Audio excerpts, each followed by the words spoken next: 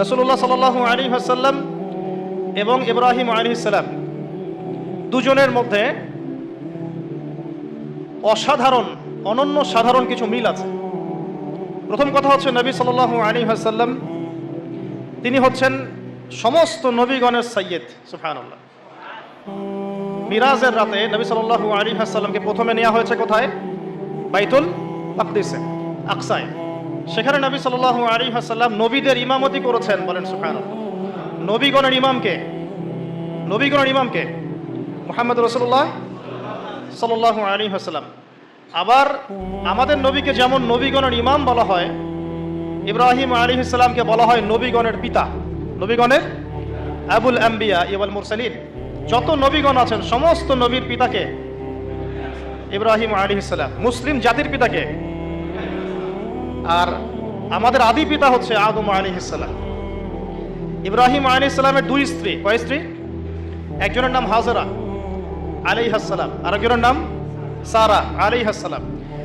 সারা আলাইহিস সালামের গর্ভে জন্ম নিয়েছেন ইসহাক আলাইহিস সালাম, আর হাজরা আলাইহিস সালামের গর্ভে জন্ম নিয়েছেন ইসমাঈল আলাইহিস সালাম। ইসমাঈল আলাইহিস সালামের বংশধরদের মধ্যে আমাদের নবী মুহাম্মদ সাল্লাল্লাহু আলাইহি ওয়াসাল্লামের জন্ম। সুবহানাল্লাহ। আমরা হচ্ছি বনু ইসমাঈল, আমরা কি বনু ইসমাঈল। আর ইসহাক আলাইহিস সালাম থেকে পরবর্তীতে ইয়াকুব আলাইহিস সালামের জন্ম। ইয়াকুব আলাইহিস সালামের আরেক নাম হলো ইসরাইল। কি নাম? তার বংশধরদের নাম হচ্ছে বনু ইসরাইল, বনু। তাহলে এই ট্রাইবগুলো শুরু হলো কোত্থেকে? ইব্রাহিম আলাইহিস সালাম থেকে। এই কারণে তাকে বলা হয় নবীগণের পিতা। আমরা বলি father of nation, father of the nation, তাই বলি না? আর তিনি হচ্ছেন ফাদার অফ আম্বিয়া, নবীগণের পিতা। আর আমাদের নবী মুহাম্মদ সাল্লাল্লাহু আলাইহি ওয়াসাল্লাম নবীগণের নেতা, নবীগণের একজন পিতা আর একজন কি নেতা। তাহলে আমরা নেতার উম্মত। আমরা কার উম্মত? নেতার উম্মতের হাতে এখন নেতৃত্ব নাই। নেতার উম্মতের হাতে কি নাই? সারা বিশ্বের নেতৃত্ব কি নেতার উম্মতের হাতে আছে? নেতৃত্বের কথা বললেই এক শ্রেণীর মোনাফেক আছে, খারেজি মারা শুরু করে। এই মোনাফেকদেরকে নিয়ে বড় সমস্যা। এরা তসবিহ, তাহলিল, জিকির, আজগার, নামাজ, রোজার মধ্যে ইসলামকে রাখতে চায়। ইসলামকে সমাজ, অর্থনীতি, রাষ্ট্রে নিয়ে যেতে চায় না। কেউ এদিকে নিয়ে যেতে না পারুক, যদি বলেও যে এটা ইসলামের অংশ, তাহলেই ওর অবস্থা খারাপ। নিয়ে যাওয়া তো অনেক দূরের কথা, এই রাস্তা তো অনেক কঠিন। খালি যদি বলে বা আকীদা লালন করে তাহলেই তাকে আহলে সুন্নাহ ওয়াল জামাত থেকে বের করে রাখে। ফাইজলামি মানহাজ শুরু হয়েছে একটা। কি মানহাজ? ফাইজলামি মানহাজ। সুবহানাল্লাহ। যাই ওদিকে যাচ্ছি না। এখন ইব্রাহিম আলাইহিস সালাম নবীগণের পিতা, আর আমাদের নবী মুহাম্মদ সাল্লাল্লাহু আলাইহি ওয়াসাল্লাম নবীগণের নেতা। মিল পাইছেন কি? আচ্ছা, সামনে যান। ইব্রাহিম আলাইহিস সালামকে সর্বপ্রথম বাধা পেতে হয়েছে তাওহীদের পথে পরিবার থেকে। কোত্থেকে? মনে আছে? বাবা বলল, বাবাকে তিনি দাওয়াত দিয়েছেন। আমি বিস্তারিত আলোচনা করেছি ঈদের আগের সেমিনারে, দেখে নিয়েন। সেখানে আমি পুরো রেফারেন্স ভিত্তিক আয়াতগুলো বলেছি, এখানে সময় পাবো না। সূরা মারিয়ামের মধ্যে আছে। সূরা কোন সূরা? সূরা মারিয়াম। বাসায় গিয়ে পড়ে দেখবেন। ইব্রাহিম আলাইহিস সালাম বলছেন যে আব্বা আপনি কিসের ইবাদত করেন? শোনেও না, দেখেও না, উপকারও করতে পারে না, অপকারও করতে পারে না। তার বাবার নাম কি বলেন? আজার। কি নাম? ওই এলাকার রাষ্ট্রনেতার নাম ছিল নমরুদ। কি নাম ছিল? 400 বছর হায়াত পেয়েছিল। কত বছর? 400 বছর হায়াত পাওয়ার পরে বলছে যে আমি আল্লাহ। নাউজুবিল্লাহ। একটা পর্যায়ে গিয়ে মানুষ দেখছে যে এত বছর ধরে বেঁচে আছি, আমার তো কিছুই হয় না, তখন বলছে যে সেই রব। নাউজুবিল্লাহ। ঠিক ফেরাউনের মতো। কে বলেছিল? ফেরাউন। আনা রব্বুকুমুল আ'লা। কি বলেছিল? আমি তোমাদের মহান রব বলেছিল না? এই যে মিল পাচ্ছেন। ফেরাউনের ঘরে আল্লাহ পাক যেমন মূসাকে জন্ম দিয়েছেন, মানে মূসাকে প্রতিপালন করেছেন, জন্ম তো দেন নাই, প্রতিপালন করেছেন, ঠিক তেমনি আজারের ঘরে আল্লাহ রাব্বুল আলামিন তাওহীদের শেকড় ইব্রাহিম আলাইহিস সালামকে জন্ম দিয়েছেন। বুঝতে পারছেন? ঠিক ওই রকমই আল্লাহ রাব্বুল আলামিন আবু জেহেলদের সমাজে মুহাম্মদ সাল্লাল্লাহু আলাইহি ওয়াসাল্লামকে জন্ম দিয়েছেন। মানে যেখানে যত বেশি জাহিলিয়াত, সেখানে তত শক্তিশালী মুমিনের জন্ম হবে ইনশাআল্লাহ। তাহলে এখন কি সমাজে জাহিলিয়াত কম না বেশি? তাহলে আমাদেরকেও শক্তিশালী মুমিন হতে হবে নাকি? আল্লাহ তৌফিক দান করুন। ইনশাআল্লাহ যত বেশি জাহিলিয়াত ছড়াবে তত বেশি শক্তিশালী তাওহীদপন্থী মানুষের জন্ম হবে ইনশাআল্লাহ। আর আমি যদি না হতে পারি, এটা আমার ব্যর্থতা। আমি না হতে পারলে কার ব্যর্থতা? আপনি না হতে পারলে আপনার ব্যর্থতা। কিন্তু আল্লাহ পাক যাকে কবুল করবেন সে হবেই ইনশাআল্লাহ। তো এই কবুলিয়াতের মধ্যে যদি আমরা পড়ি তাহলে আমরা ধন্য হলাম না?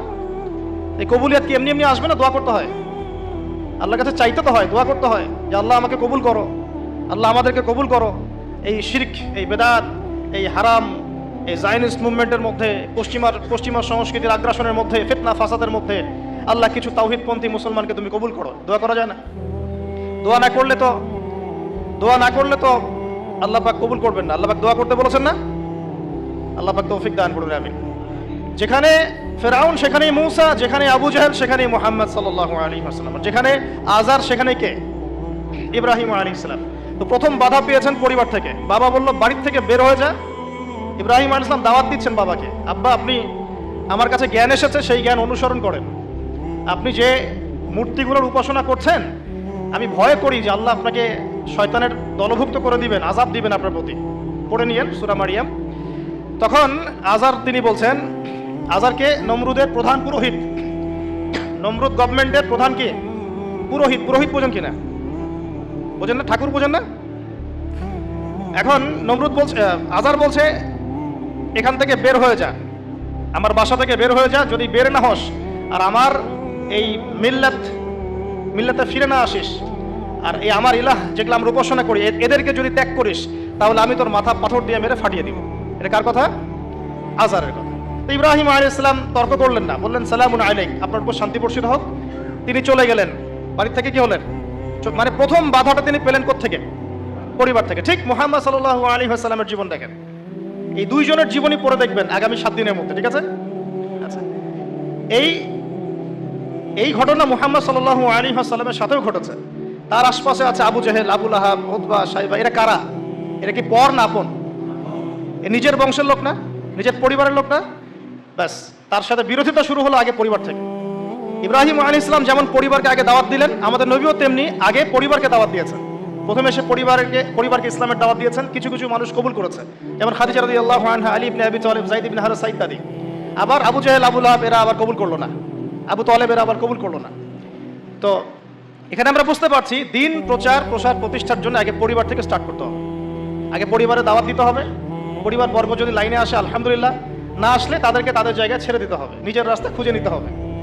ঠিক মুহাম্মদ সাল্লাল্লাহু আলাইহি ওয়াসাল্লামও কিন্তু পরিবারকে দাওয়াত দিলেন, পরিবার কবুল করলো না, তিনি তার পথে চললেন। তিনি কি বসে গিয়েছিলেন? সমাজে দাওয়াতি কাজ চলমান থাকলো। এই যে মিল পাচ্ছেন মুহাম্মদ সাল্লাল্লাহু আলাইহি ওয়াসাল্লাম ইব্রাহিম আলাইহিস সালামের জীবনে। এবার আরো সামনে যান, পরিবারের পরে ইব্রাহিম আলাইহিস সালামকে বাধা দিয়েছিল তার সমাজ। আর কি? সমাজ, সোসাইটি। সমাজের মধ্যে দাওয়াতি কাজ করছেন।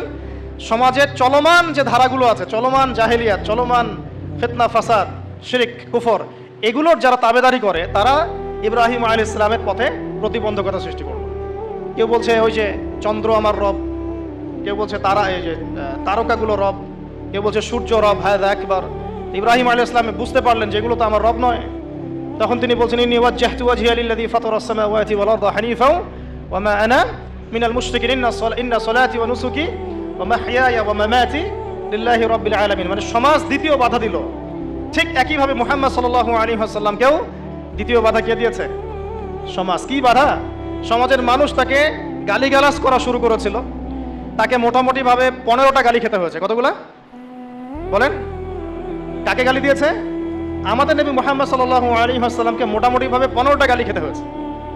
কাযযাব, মহামিথ্যাবাদী, সাহের, জাদুকর, তারপরে ফারিকুল জামাআ, ঐক্য বিনষ্টকারী, ঠিক আছে? তারপরে আরো অনেক, হ্যাঁ, মাজনুন, পাগল, মাজনুন মানে পাগল, এরকম অনেকগুলো, প্রায় 15টা আমি গুনে দেখেছি হিসাব করে। আর তাকে সারা জীবনে প্রায় 16 বার হত্যা করার চেষ্টা করা হয়েছে। তাকে এখন যদি আমি বলি যে ওই যে একটা সমাজে কথা প্রচলিত আছে যে ব্যক্তি খারাপ না হলে কি এমনি তার উপর জুলুম আসে? সমাজে বলে না, লোক খারাপ না হলে কি এমনিই মানুষ তাকে খারাপ বলে? 10 জন যাকে খারাপ বলে সে তো খারাপ হবেই। মুহাম্মদ সাল্লাল্লাহু আলাইহি ওয়াসাল্লামকে 16 বার হত্যা করার চেষ্টা করা হয়েছে। এমনকি মক্কা বিজয়ের পরেও তাকে একবার হত্যা করার চেষ্টা করা হয়েছে। এখন আমরা যারা তাওহীদ মানে ধারণ করব, তাওহীদের আমল করব, তাওহীদের প্রচার করব, আমরা যদি মনে করি যে আমাদের এই পথটা খুব মসৃণ হবে, একদম রেড কার্পেট বিছানো থাকবে, এটা সবচেয়ে বড় ধোঁকা আপনার জীবনে। কখনোই এমন হবে না, কখনো এমন হয়ও নাই, কখনো এমন হবেও না। যদি হয় তাহলে বুঝতে হবে যে আপনি হকের পথে নাই। যদি আপনার আমার গায়ে একটা ফুলের টোকাও না পড়ে, বুঝতে হবে যে আসলে আমরা হকের পথে না, এটাই সত্য কথা, কেউ বলুক আর না বলুক। এই যে ইমাম ইবনে তাইমিয়া রাহিমাহুল্লাহর কথা আমরা বলি, নাম শুনেছেন কিনা? তার উপর যে পরিমাণ নির্যাতন এসেছে এটা আপনি কল্পনা করতে পারবেন না। আর আজকে আমি তারই আকীদা, তার আদর্শের কথা বলছি সমাজে, বাট আমার গায়ে একটা ফুলের টোকাও পড়ে না। তাহলে কোনটা প্রকৃত আর কোনটা কথিত বুঝতে হবে। আবু হানিফা রাহিমাহুল্লাহ বরেণ্য ইমামদের 4 জনের একজন। তার তো টাকা পয়সার অভাব ছিল না, খ্যাতির অভাব ছিল না, নিজের টাকা পয়সা খরচ করে বোর্ড গঠন করেছেন, ফতোয়া বিভাগ, অসামান্য খেদমত ইসলামের জন্য। তারপরেও শেষ বয়সে তাকে জেলখানায় বিষ প্রয়োগে হত্যা করা হয়েছে। তাহলে বুঝতে হবে ইব্রাহিমের পথে যারা চলবে, মুহাম্মদ সাল্লাল্লাহু আলাইহি ওয়াসাল্লামের আদর্শে যারা চলবে, তাদের মতোই তাদের উপর বালা মুসিবত বিপদ আপদ আসতে পারে, আসতে পারে। না আসলে আলহামদুলিল্লাহ, না আসলে আলহামদুলিল্লাহ। কেন বললাম? আল্লাহ পাক চাইলে মুসলিমদেরকে শক্তিশালীও করতে পারে। যেমন সুলাইমান আলাইহিস সালামের যুগে মুসলিমরা শক্তিশালী ছিল, দাউদ আলাইহিস সালামের যুগে মুসলিমরা কি ছিল? শক্তিশালী ছিল। ওমর ইবনুল খাত্তাবের যুগে মুসলিমরা শক্তিশালী ছিল। আল্লাহ পাক চাইলে ওই রকম করেও নিয়ামত দিতে পারেন, আবার এভাবে পরীক্ষা নিতে পারেন। দুটো রাস্তাই হতে পারে। তো বেশিরভাগ ক্ষেত্রে যা হয়েছে পরীক্ষা এসেছে। এখন সমাজ বাধা দিল ইব্রাহিম আলাইহিস সালামকে, একই বাধা মুহাম্মদ সাল্লাল্লাহু আলাইহি ওয়াসাল্লামকেও দেয়া হয়েছে। তাকে গালি খেতে হয়েছে, এই যে পিঠের উপরে উটের নাড়ি ভুঁড়ি চাপিয়ে দেওয়া হয়েছে, তার গলায় চাদর দিয়ে ফাঁস দেওয়ার চেষ্টা করা হয়েছে, উহুদের মাঠে তার দাঁত শহীদ হয়েছে। 3 বছর, তিনটা বছর, 3 ঘন্টা না, 3টা বছর নবী সাল্লাল্লাহু আলাইহি ওয়াসাল্লামকে, সাহাবীদেরকে একসাথে কিছু পাহাড়ের নিচে, ওটাকে বলে শিয়ারে আবু তলেব, এখানে রেখে দেওয়া হয়েছে 3 বছর। Boycott, socially boycott. কেউ তাদের সাথে কথা বলবে না, তাদেরকে খাবার দিবে না, তাদের সাথে বিয়ে শাদী করবে না, কিছুই করবে না। এক ঘরে করা, বোঝেন না? এক ঘরে করা, একদম সোশ্যালি বয়কট। 3 বছর গাছের ছালপাতা খেয়ে তারা থেকেছে, 3 বছর। আমাদের নবীর কথা বলছি, আমাদের নবী, যার আগেও কোনো গোনাহ নাই, পরেও কোনো গোনাহ নাই, যিনি কোনোদিনও নিজের স্বার্থে কোনো কাজ করেন নাই, সব করেছেন আমাদের জন্য। কাদের জন্য? এমনকি তাকে দোয়া করার ইখতিয়ার দেওয়া হচ্ছে, আপনি একটা দোয়া করেন, যা চাবেন তাই দিব, আল্লাহ পাক বলছেন। আর তিনি বলছেন এই দোয়াটা আমি রেখে দিলাম, পরকালে আমি আমার উম্মতের জন্য সুপারিশ করব।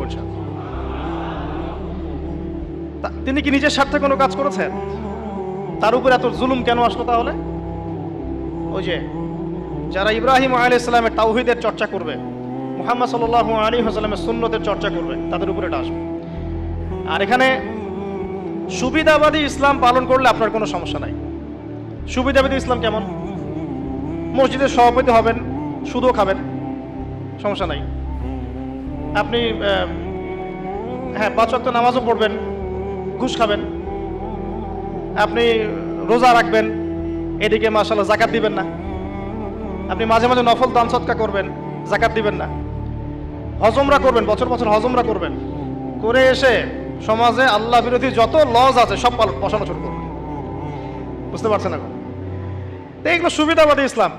আমরা তো বলি যে 90% মুসলিমের দেশ, এটা একটা মিথ্যা কথা। এই কথাটা একটা মিথ্যা কথা। মুসলমানের সংজ্ঞাই জানি না আমরা, মুসলমান কাকে বলে। আমি একটু পর দেখাচ্ছি মুসলমান কাকে বলে। দেখেন মুসলমান কাকে বলে, আপনাকে আমি একটু বোঝানোর চেষ্টা করছি। আমি বুঝাতে পারি না, আমার একটা সমস্যা ফিল করছি আমি লাস্ট 5 বছর থেকে, যে যা বুঝতে পারছি এটা বুঝাতে পারছি না। জানি না এই সমস্যা কবে দূর হবে। আর এই সমস্যা বাড়তেই আছে, যত বেশি আমি ওলামায়ে কেরামদের সোহবতে গিয়ে পড়ে আছি, তত বেশি আমার মধ্যে প্রবলেমটা বাড়ছে। মানে আমি বুঝতে পারছি অনেক কিছুই, আপনাকে বুঝাতে পারছি। আমি বুঝতে পারছি যে মানে আসলে কিছুই হচ্ছে না, ফ্যান্টাসি, কিন্তু এটা যে অ্যাপ্রোপ্রিয়েট ভাষা প্রয়োগ করে বোঝাবো এটা আমি পারছি না। বুঝতে পারছি সারা ওয়ার্ল্ডে মুসলিমদের এমন দুরবস্থা, কিন্তু আমি আপনাকে বোঝাতে পারছি না। আর কোনো ক্ষেত্রে 30-40% কথা বলা আমাদের জন্য জায়েজ, বাকি 60% কথাবার্তা আমরা বলতে পারবো না। কেন বলতে পারবো না এটা আমাকে জিজ্ঞাসা করতে আসেন না। আপনার মধ্যে ম্যাচুরিটি থাকলে আপনি বুঝে নেন। কথা কি বুঝতে পারছেন? এখন 90% মুসলিমের দেশ, মুসলিম কাকে বলে? আল্লাহ রাব্বুল আলামিন আমাকে বলেছেন, দেখেন আমাকে বলেছেন 5 ওয়াক্ত নামাজ পড়। আমি একটু ফ্র্যাঙ্কলি বললাম, 5 ওয়াক্ত নামাজ তোমরা পড়ো, আর কি 5 ওয়াক্ত নামাজ কায়েম করো। এই 5 ওয়াক্ত নামাজটুকু মুসলমানরা এখন পড়ে না। আপনি ফজরের নামাজে দেখেন তো কয়জন জামাতে আসে, কয়জন ফজরে উঠে নামাজ পড়তে পারি আমরা? আমরা তো বড় বড় কথা বলি, ইকামতে দিন, ইসলামী খেলাফা, হ্যাঁ, জিহাদ ফি সাবিলিল্লাহ, এগুলো অবশ্যই থাকবে ইসলামে, কিন্তু একটা লেভেল আছে তো। কারা এগুলো করবে? যারা পরীক্ষিত। কারা বদরে যুদ্ধ করবে? যারা পরীক্ষিত, মক্কার 13 বছর পরীক্ষা দিয়ে আসছে, তারা না বদরে যুদ্ধ করবে? আমি তো আকাশ থেকে টাপাস করে একজন পড়ে বদরে যুদ্ধ করতে পারবেন না, পারবেন? একটা ট্রেনিং পিরিয়ড ছিল 13 বছর। কত বছর? 13 বছর নবী সাল্লাল্লাহু আলাইহি ওয়াসাল্লাম তাদেরকে প্রশিক্ষিত করে করে করে করে করে এই জায়গায়। প্রশিক্ষণটা কিসের প্রশিক্ষণ? তরওয়ালের? আধ্যাত্মিক প্রশিক্ষণ, ইমানের প্রশিক্ষণ ছিল। আপনাদের কি মনে হয় আবু সুফিয়ানের বাহিনী বেশি শক্তিশালী ছিল না বদরের বাহিনী বেশি শক্তিশালী ছিল? বাহ্যিকভাবে ওদের বাহিনী বেশি শক্তিশালী ছিল, ওদের কাছে অস্ত্র বেশি ছিল, সৈন্য বেশি ছিল, ট্রেনিং বেশি ছিল, বড় বড় লড়াকু যোদ্ধা ওদের। কিসের শক্তিতে? সামরিক প্রশিক্ষণের শক্তিতে? ইমানের শক্তিতে, ইমানের শক্তি। যদি মানুষের মধ্যে ইমানের প্রশিক্ষণ না থাকে, পারমাণবিক অস্ত্র দিলেও সে যুদ্ধে জিততে পারবে না। কথা বুঝতে পারছেন? তখন দেখা যাবে গুটি কয়েক কাফেরের হাতেই মুসলিমরা একদম শেষ। সারা বিশ্বে এমন হচ্ছে না? মুসলমানরা মার খাচ্ছে না? এটার জন্য তাদের ক্রেডিট না, মুসলমানদের ডিসক্রেডিট, কারণ আমরা ইমানের লেভেল থেকে নেমে গেছে অনেক বেশি। যাই হোক, আমি বুঝাচ্ছিলাম এখানে যে দেখুন, 5 ওয়াক্ত নামাজটুকু পড়তে পারে না, সম্পদ হয়েছে, আল্লাহ বলেছেন যে 2.5% যাকাত দিও। বেশি চান নাই তো? 2.5% মানে কতটুকু? 100 টাকা, 2.5 টাকা, খুব বেশি ক্ষতি হয়ে যাবে দিলে। মানুষ আর যাকাত দেয় না। আল্লাহ পাক বলেছেন যে তোমরা জেনার ধার কাছেও যেও না। যুবকদের মধ্যে 5% যুবক খুঁজে পাবেন না জেনা থেকে মুক্ত আছে। অনেস্টলি বলেন, জেনা মানে তো আমি শুধু সরাসরি ফিজিক্যাল রিলেশন বোঝাচ্ছি না, জেনার তো আরো ক্যাটাগরিজ আছে না? কয়জন যুবক পাবেন হারাম অ্যাফেয়ার্স করে না, পর্ন দেখে না, এই যে মুভিজগুলো অনলাইনে বসে বসে এগুলো ঘাটাঘাটি করে না, নায়ক নায়িকার নাম জানে না। যুবকরা টিকটক খেলে, টিকটক ব্যস্ত থাকে, কিশোর গ্যাংয়ে যোগ দেয়, মোবাইল ফোন একটা ধরাই দিয়েছেন, ব্যাস জীবনটা শেষ, ওইটাই তার সবকিছু। আর যে মেয়ের হাতে মোবাইল দিয়েছেন বাড়ির বাবা, ওই মেয়ের জীবনটা আপনি ধ্বংস করে দিয়েছেন শেষ। সে শুধু একাই ধ্বংস হবে না, কিন্তু সে আরো 10 জনকে ধ্বংস করবে। তো দেখেন, আল্লাহ পাক খুব সামান্য কিছু চাইছেন, বাবা একটু নামাজটা পড়তে আয়, বাস একটু কোরআনটা তেলাওয়াত করা শিখ, কোরআনটা চর্চা কর, নবীর সুন্নাহ মাফিক একটু জীবনযাপন করার চেষ্টা কর। এতটুকুই পারি না। আর ইব্রাহিম আলাইহিস সালামকে আল্লাহ পাক বলছেন, তোমার সন্তানকে কুরবানি করে দাও, তো জবাই করে দাও, তোমার সন্তানকে জবাই করে দাও। শেষ করছে, তোমার সন্তানকে কি করো ভাই? সন্তান জবাই করার পরে আপনাকে নামাজ পড়তে বলেছেন, আল্লাহ পাক সেটাই পড়তে পারতেছে। আর ইব্রাহিম আলাইহিস সালামকে বলা মাত্রই কোনো বিজ্ঞান নাই, কোনো যুক্তি নাই, কোনো দর্শন, কিছুই নাই, তিনি বললেন সামি'না আতা'না, শুনলাম মানলাম। আল্লাহ পাক বলেছেন বাস।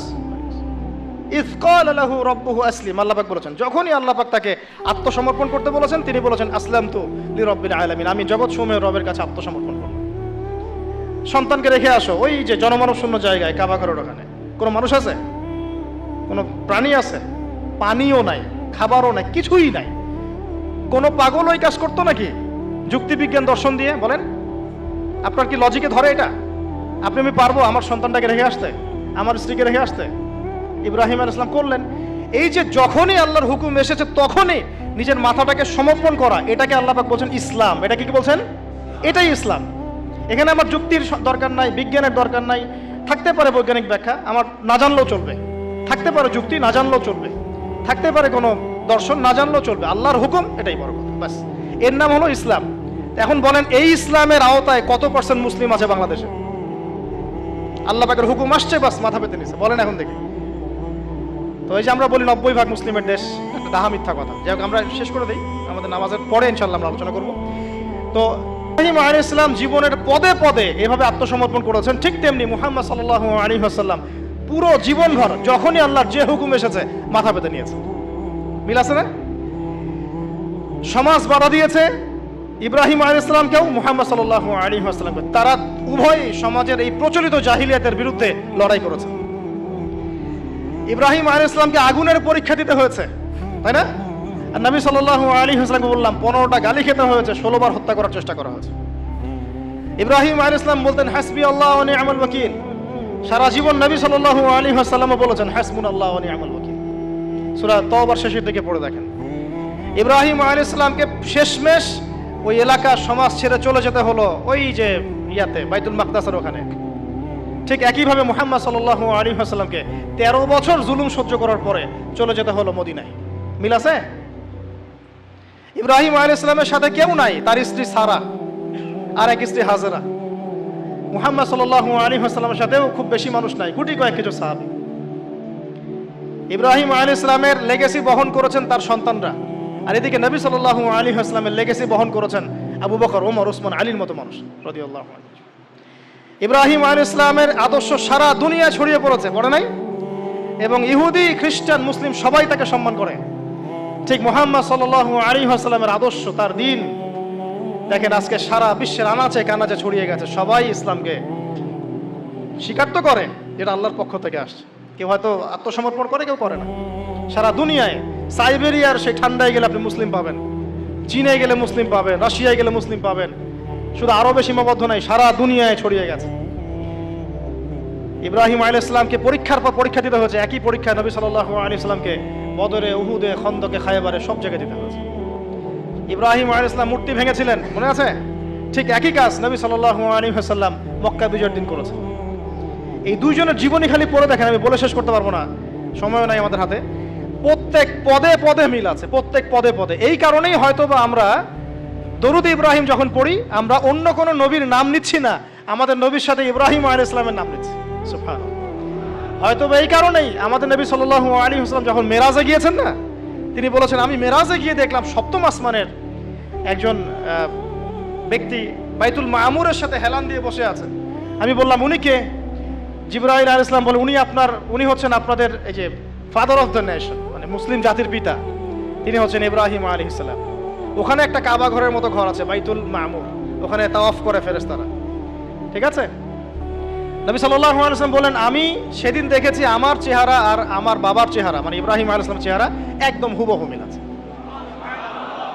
তো এই যে আমরা ঈদুল আজহা পালন করলাম, প্রিয় ভাইরা, কুরবানি করলাম, এখানে তো পশুকে কুরবানি করছে। এখানে মানুষ মুসলিম পশুকে কুরবানি করছে না, এখানে একটা পশু আর একটা পশুকে কুরবানি করছে। যে কুরবানি করছে ও সুদখোর, যে কুরবানি করছে ও দুর্নীতিবাজ, যে কুরবানি করছে ও তাগুত, যে কুরবানি করছে মুনাফিক, যে কুরবানি করছে বেনামাজি, যে কুরবানি করছে যাকাত দেয় না, যে কুরবানি করছে সে আল্লাহ পাকের বিধিবিধানে 5 পয়সা তোয়াক্কা করে না। গোশত খাওয়ার জন্য সমাজের মানুষ কি বলবে? তাহলে এক পশু আর এক পশুকে কুরবানি করছে না?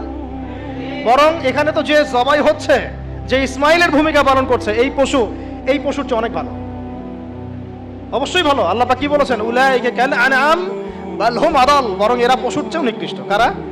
যাদেরকে চোখ দিয়েছে দেখে না, কান দিয়েছে শোনে না, অন্তর দিয়েছে উপলব্ধি করে না। আল্লাহ পাক আমাদেরকে এই পাশবিক চরিত্র থেকে হেফাজত করুন বলি আমি। পশুর চরিত্র কি? খাবে, ইস্তেনজা মানে টয়লেট করবে আর সহবাস করবে, এই তো পুরো বস্তুবাদী সভ্যতার এখন এই তিনটাই উদ্দেশ্য। খাবে, কিভাবে খাবে, কিভাবে টয়লেট করবে, এই জন্য টয়লেট করতে গিয়ে টাইলস ফিটিং টয়লেট, বাড়িগুলো এসি টয়লেটও বেশি, আর কিভাবে যৌন সম্পর্ক করবে, এই তিনটা জিনিস ছাড়া মানুষের এখন খুব একটা বেশি কাজ নাই। এগুলো পশুর স্বভাব। আর আল্লাহ আমাদেরকে কেন সৃষ্টি করেছেন? যাতে আমরা পুরো জীবনটা আল্লাহর ইবাদতে ঢেলে দেই, পুরো জীবনে আল্লাহর যে হুকুম সামনে আসবে আত্মসমর্পণ করি। আমরা ইসলামের সংজ্ঞা মনে হয় বুঝতে পেরেছি। যখন যে হুকুম আসবে তখন সেটা মাথা পেতে না। এই যে এখন জুমার নামাজের হুকুম, ব্যাস, কোনো প্রশ্ন নেই, নামাজ পড়তে হবে, প্রশ্ন করার দরকার নাই। একটু পরে আসরের ওয়াক্ত হবে, আজান দিবে, আমাকে এখানে আসতে হবে। কেন আসতে হবে আমার জানার দরকার নাই, আল্লাহ বলেছেন তাই, ব্যাস এভাবে অ্যান্সার দিবেন। কেন ওই যে সেকুলার মহল থেকে, নাস্তিক মহল থেকে কেন কেন কেন এইসব প্রশ্ন, এটা কেন, ওটা কেন, কুরবানি কেন, এই কেন, তোমরা তোমাদের কেন নিয়ে থাকো। আমার উত্তর কেন? কারণ আল্লাহ এটা করতে বলেছেন তাই। তুমি আল্লাহর সাথে চ্যালেঞ্জ করো পরকালে, আমার তো তোমার হিসাব তুমি দিবে, আমার তো হিসাব দেওয়ার দরকার নেই তোমার। তো প্রিয় ভাইরা, যখন আল্লাহ পাকের যে হুকুম আসবে সেই হুকুমের সামনে মাথা নত করার নাম হচ্ছে ইসলাম। আর ইসলাম ইব্রাহিম আলাইহিস সালাম যেমন প্রতিষ্ঠা করে গিয়েছেন, আমাদের নবী সাল্লাল্লাহু আলাইহি ওয়াসাল্লামও প্রতিষ্ঠা করে গিয়েছেন। এখন আমরা তার উম্মত কি এই সিরাতুল মুস্তাকিম থেকে সরে যাব? তাহলে ভাই এখন থেকে ফ্যান্টাসি বাদ দেই, ফ্যান্টাসি বাদ দিয়ে আগে বুঝি ইসলাম কাকে বলে, ইসলামের পিলার কি কি, দিনই ইলম অর্জন করি। একদিনের খুতবায় কিচ্ছু হবে না, একদিন আদনান ভাই আসলে লেকচার শুনলেন, কিচ্ছু হবে না, হয়তো একটু ইন্সপিরেশন হবে, আবার শয়তান আপনাকে ঘিরে ধরবে। শয়তানের ঘিরে ধরাটা আমি নিজে থেকে ফিল করেছি 3 রকম। কয়েকবার ভাই, যখন একটা মানুষ পরিপূর্ণ শয়তানের দাসত্ব করে, গান বাজনা করে, বাদ্যযন্ত্র বাজায়, গাঁজা খায়, মদ খায়, হ্যাঁ, শয়তান ওকে কিছুই বলে না। বিশ্বাস করেন, শয়তান ওকে কিচ্ছু বলে না। ওকে শয়তান খুব একটা, ওকে নিয়ে শয়তানের পেরেশানি নাই খুব একটা। এবার এই ধরনের ব্যক্তিরা যখন তওবা করে ইসলামের দিকে আসতে শুরু করে, এসে নামাজি হয়, রোজা রাখে, দান সদকা করে, দিনের এলেম অর্জনের চেষ্টা করে, শয়তানের সমস্ত শক্তি দিয়ে এর উপর আক্রমণ করা শুরু করে। আবার এই ব্যক্তি যদি মেহনত করতে করতে করতে করতে আরো বড় মাকামে পৌঁছে যায়, তখন এই ব্যক্তিকে দেখে শয়তান দূরে পালিয়ে যাবে। ঠিক এই ব্যক্তির মাকাম হচ্ছে উমর রাদিয়াল্লাহু আনহুর মাকাম। তাকে দেখে শয়তান পালাতো কেন? কারণ তিনি এই মুজাহাদা করতে করতে করতে করতে ইমানের এমন বুলন্দ স্তর অর্জন করেছেন যে ওকে দেখলে শয়তান পালিয়ে যাবে। তা আমাদের টার্গেট এখন ওইখানে যাওয়া, আল্লাহ পাক তৌফিক দান করুন। তাহলে এই যে প্রাথমিক ফ্যান্টাসি বাদ দিয়ে আপাতত আমাদের কাজ হচ্ছে 5 ওয়াক্ত নামাজ পড়া। কেন পড়বো প্রশ্ন করার দরকার আছে? উত্তর হচ্ছে আল্লাহ বলেছেন তাই, ব্যাস। 2 নম্বর কাজ হচ্ছে দ্বীনি ইলম অর্জন করা। দ্বীনি ইলম অর্জনের কোনো বিকল্প নাই। আর ইলম অর্জন এই 2 মাস 3 মাস 1 বছর এগুলো করলে হবে না ভাই। এই মাঝখান থেকে একটা বই টান দিচ্ছেন, ওই একটা বই টান দিচ্ছেন, অমুক রাইটারের একটা বই পড়লাম, অমুক তমুক একটা পড়লাম, এভাবে হবে না। 98% যুবক এভাবে পড়াশোনা করে আমাদের জেনারেল শিক্ষিত। 98% যুবক এভাবে পড়াশোনা করে, জেনারেল শিক্ষিত। এই পড়াশোনা দিয়ে আপনি হয়তো কিছুটা জ্ঞান পাবেন, ভাষা জ্ঞান পাবেন, কিন্তু গভীরতা ঢুকতে পারবেন না। তো গভীরতা ঢুকতে গেলে অবশ্যই ক্লাসিক্যাল একটা সিলেবাস ফলো করতে হবে। এই সিলেবাসের শুরুটাই হবে কোরআন থেকে। কি থেকে? এবং কোরআনে শুধু তেলাওয়াত না, এর ভিতরে ঢুকতে হবে অনুবাদ, এর তাফসীর পড়ার যোগ্যতা অর্জন করতে গেলে আরবি ব্যাকরণ লাগবে, আরবি ভাষা লাগবে, এখানে উসুল লাগবে, এবং এগুলো একা একা আপনি শিখতে পারবেন না। বরেণ্য ওলামায়ে কেরামের কাছে সংযোগ রেখে মাদ্রাসায় যেতে হলে যান, ব্যাচ করে পড়তে হলে পড়েন, একা পড়তে পারলে পড়েন, যেভাবে পারেন সেভাবেই আপনাকে শিখতে হবে। অনলাইনে অনেক কোর্স হয়, আমরা হয়তো টুকটাক পড়ে, কিন্তু অনলাইনে কোর্স 100% আপনাকে নলেজ দিতে পারবে না। আপনাকে অফলাইনে শিখতে হবে। এই জন্য প্রত্যেক জায়গায় জায়গায় মক্তব তৈরি করেন, আল্লাহ পাক তৌফিক দান করুন। প্রত্যেক এলাকায় মানে প্রতিষ্ঠিত মাদ্রাসা প্রতিষ্ঠা করেন, এবং ইসলামের ক্লাসিক্যাল যে ধারা আছে এই ধারার মধ্যে থাকেন, বাইরে যাওয়ার দরকার নেই। মানুষ এত বেশি বিভ্রান্তি ছড়িয়ে দিয়েছে সমাজে, প্রতিটা মাসআলা নিয়ে মানুষের মধ্যে এখন ইখতিলাফ দেখা যায়, অথচ এটা কাম্য ছিল না। যে সমস্যাগুলো দেখা যায় সেগুলো জাহেলদের কাজ। কেউ যদি কোনো জাহেলিয়াতের মধ্যে লিপ্ত হয়, এর মানে এটা নয় যে ওই কমিউনিটির সবাই জাহেল, ব্যাপারটা এরকম। আপনি কিছুই বোঝেন না, অন্তত যদি একটা মাযহাব ফলো করেন, হোক সেটা হানাফিজম, শাফিইজম, হাম্বলিজম, মালিকিজম, তারপরেও আপনি হকে থাকবেন, ইনশাআল্লাহ কোনো সমস্যা নাই। যারা এর বাইরে অনেক উল্টাপাল্টা বুঝে আপনার মাথাটা নষ্ট করে ফেলাচ্ছে, এটা পুরো একটা ফিতনা। পরে শেষে কি হবে আমি আপনাকে বলে দিই। শেষে আপনি ক্লাসিক্যাল ট্র্যাক থেকে বের হয়ে যে ব্যক্তি আপনাকে এই পথ দেখিয়েছে ওর তাকলিদ করা শুরু করবেন। শেষে গিয়েও আপনি ওর তাকলিদই করা শুরু করবেন। এটা হবে ফাইনাল ডেস্টিনেশন। ওর চেয়ে ভালো আপনি বরেণ্য ইমামদের তাকলিদ করেন, তাও ভালো। যদি আমল করতে গিয়ে দেখেন কোনো আমল কোরআন সুন্নাহর থেকে একটু বাইরে চলে যাচ্ছে, মনে হচ্ছে এর চেয়ে ভালো দলিল মনে হচ্ছে আছে, তাহলে ওটাই ফলো করেন, সমস্যা কি? ওপেন মাইন্ডেড হন, কিন্তু ক্লাসিক্যাল ধারা থেকে বের হয়ে যায় না। ঘর থেকে বের হয়ে গেলে আপনাকে শকুনে খেয়ে ফেলবে। তো প্রায় শেষ করে দেই, 2 মিনিট। ইলম অর্জন করতে হবে ওলামায়ে কেরামের কাছে গিয়ে, একা একা হবে না, একা মোটেই হবে না। আর কিছু সাবজেক্ট বললাম, এগুলোর সাথে আপনার হাদিস থাকতে হবে, আপনার আকীদা থাকবে, আকীদা তাহাবিয়া থাকবে, আপনার সিরাত থাকবে, ইতিহাস থাকবে, অর্থনীতি থাকবে। এভাবে আস্তে আস্তে আপনি ওলামায়ে কেরামের কাছে যখন বসবেন, তারা আপনাকে সিলেবাস করে দিবে যে এগুলো পড়লে আস্তে আস্তে তোমরা ভালো জায়গায় যেতে পারো। আপনাকে আলেম হতে হবে। কি হতে হবে? আমরা তো আলেমদের অনেক ভুল ধরাতে ব্যস্ত না। ফেসবুক আছে আমাদের হাতে, ফেসবুক মানেই তো মানে শুয়ে জিহাদ করা যায়। ফেসবুকে কম্বলের নিচে শুয়ে জিহাদ করা যায়।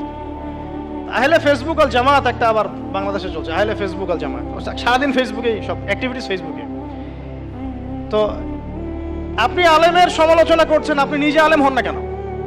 করেন দেখি। আপনি পড়াশোনা করেন 10 বছর, কষ্ট সহ্য করেন, বাড়ি থেকে বের হয়ে সেখানে থাকেন, বাড়ি থেকে বের হয়ে মাদ্রাসায় যান দেখি, থাকেন 10 বছর থাকেন, পড়াশোনা করেন, তাতে খাওয়ার কষ্ট ফেস করেন, থাকার কষ্ট ফেস করেন।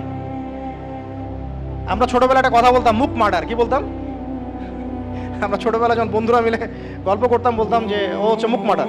মুখ মার্ডার মানে হচ্ছে মুখ দিয়ে পাহাড় ঠেলে, মুখ না থাকলে চিকা টান দিয়ে নিয়ে চলে যেত একদম, বুঝছেন? এত বড় বড় কথা কেন? কাজ করে দেখেন না দেখি। আপনি আলেম হন, আপনি দায়ী হন, আপনি মুবাল্লিগ হন, আপনি একজন মুফাসসির হন, আপনি দিনের জন্য রাহাবার হন না কেন? তো শেষ করে দিই, মানুষের সমালোচনা করার আগে আমরা নিজে এই উম্মার দায়িত্ব নেওয়ার চেষ্টা করবো। আল্লাহ পাক তৌফিক দান করুন। ইসলাম আর আত্মসমর্পণ সবাই করবো ইনশাআল্লাহ। আল্লাহ তৌফিক। 5 ওয়াক্ত নামাজ, ইলম অর্জন। এবং আজকে একটা নসিহত করে শেষ করে দেই যে ইব্রাহিম আলাইহিস সালামের পুরো জীবনী এবং মুহাম্মদ সাল্লাল্লাহু আলাইহি ওয়াসাল্লামের পবিত্র জীবনী সিরাত আগামী 7 দিনের মধ্যে উপস্থিত সমস্ত শ্রোতা পড়বেন ইনশাআল্লাহ। এবং এখান থেকে আপনি শিক্ষা বের করবেন কিভাবে তারা লাইফ লিড করেছেন, কিভাবে আমরা তাদের আদর্শ ফলো করব এবং কিভাবে এই আদর্শ ফলো করে আমরা দিনকে বিজয়ী করবো ইনশাআল্লাহ। পারা যাবে ইনশাআল্লাহ ভাই। আমরা সবাই আল্লাহর কাছে দোয়া করি এই বৃষ্টি বর্ষণের সময়, এই সময় কিন্তু দোয়া কবুল হয়, ঠিক আছে? আমরা দোয়া করি কিছুক্ষণ, আপনারা দোয়ায় আমিন বলবেন। আমরা দোয়া করি আল্লাহ পাক যেন আমাদের সকল উপস্থিত যুবক ভাইদেরকে দিনের জন্য কবুল করেন।